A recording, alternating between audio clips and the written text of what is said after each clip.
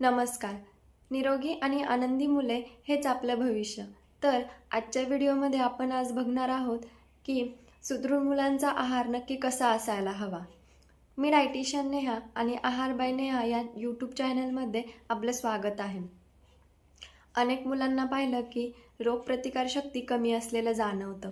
वारंवार सर्दी, ताप, खोकला, उलट्या, जुलाब किंवा थोडंसं खेळायला गेलं की थकवा जाणवणे, पाय दुखणे, चिडचिड करणे यांसारख्या सततच्या तक्रारी मुलांच्या सुरूच असतात. आधीच्या पिढीमध्ये मैदानी खेळ जास्त खेळले जायचे, त्यामुळे मुलांना व्यवस्थित भूक लागायची. आणि आत्ता मॉडर्न लाईफस्टाईलमुळे मुलांच्या आरोग्यावरती खूप जास्त परिणाम होत आहे. बैठी खेळ जास्त खेळले जातात, तसेच जेवण करताना मोबाईल, टी व्ही पाहणे यांसारख्या सवयी मुलांना लागलेल्या आहेत. त्याचबरोबर त्यामध्ये दिसणाऱ्या वेगवेगळ्या पदार्थांच्या जाहिराती मुलांना आकर्षित करतात आणि मुलांच्या खाण्यापिण्याच्या लाड किंवा त्यांना बक्षीस म्हणून आपण असे पदार्थ त्यांना देत असतो. मुलांच्या उत्तम आरोग्यासाठी आवश्यक आहे ते संतुलित आहार. संतुलित आहार म्हणजे असा आहार ज्यामध्ये carbohydrate, protein, fat, vitamin, minerals आणि पाणी यांचा समावेश योग्य प्रमाणात असला पाहिजे. आपली भारतीय आहारशैली इतकी छान आहे की त्यामध्येच मुलांचं सर्व पोषण तत्वांची गरज भागून जाते. फक्त मुलांना ताटात वाढलेलं सर्व खायची सवय लावली पाहिजे. आता मुलांच्या आहारामध्ये फक्त चपाती न देता ज्वारीची भाकरी, बाजरीची भाकरी, नाचणीची भाकरी, थालीपीठ म्हणजेच तृणधान्य आणि भरड धान्य यांचा समावेश केला पाहिजे, जेणेकरून त्यांना कार्बोहायड्रेट मिळेल आणि त्यांच्या शरीरातली एनर्जी टिकून राहील. त्यानंतर भाज्या.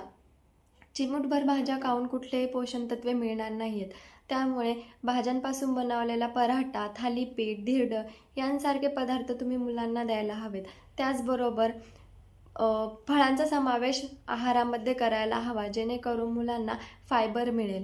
त्यानंतर वाढत्या वयाच्या मुलांना प्रोटीनची खूप जास्त गरज असते, त्यामुळे त्यांच्या आहारामध्ये दूध आणि अंडी यांचा समावेश असायला पाहिजे, जेणेकरून त्यांना पोषण तत्वे आणि कॅल्शियम योग्य प्रमाणात मिळेल. प्लेन दूध जर मुलं घेत नसतील तर दुधामध्ये हळद किंवा शतावरी कल्प टाकून तुम्ही त्यांना द्यायला हवं, जेणेकरून मुलांचं शरीर तंदुरुस्त राहील.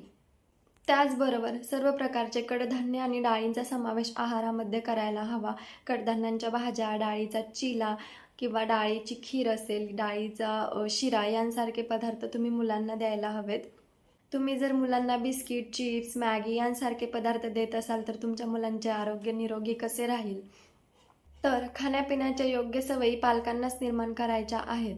तुमच्या घरातील डब्यामध्ये कोणत्या प्रकारचे पदार्थ आहेत यावरून ठरते तुमच्या मुलांचे आरोग्य कसे आहे. असो, तुमच्या मुलांचे आरोग्य निरोगी आणि सुदृढ राहावं हीच इच्छा. व्हिडिओ आवडला असेल किंवा अशाच वेगवेगळ्या व्हिडिओंसाठी माझ्या चॅनलला लाईक, शेअर आणि सबस्क्राईब करा. धन्यवाद.